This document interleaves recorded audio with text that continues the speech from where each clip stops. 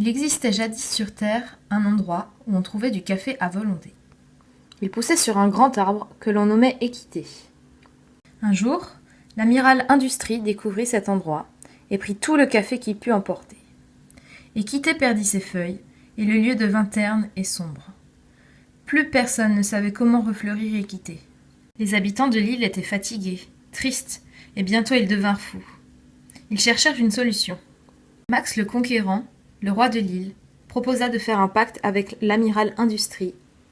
S'il rendait un grain de café et un seul, on pourrait replanter un nouvel Équité et fournir du café pour tout le monde. Les habitants le cultiveraient et l'amiral Industrie pourrait venir chercher une partie de la production, à condition d'amener avec lui de l'eau, des moyens et surtout du respect. Le pacte fut conclu. Peu à peu, les grains réapparurent sur Équité.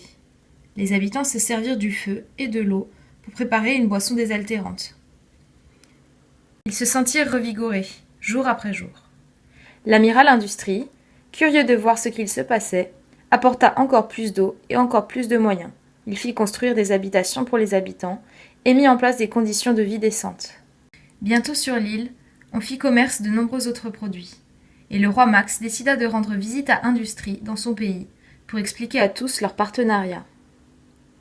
Le commerce équitable n'est pas un conte utopique, il est bien réel. Et aujourd'hui, si avoir un grain permet de consommer équitable, on peut bien tous devenir fous.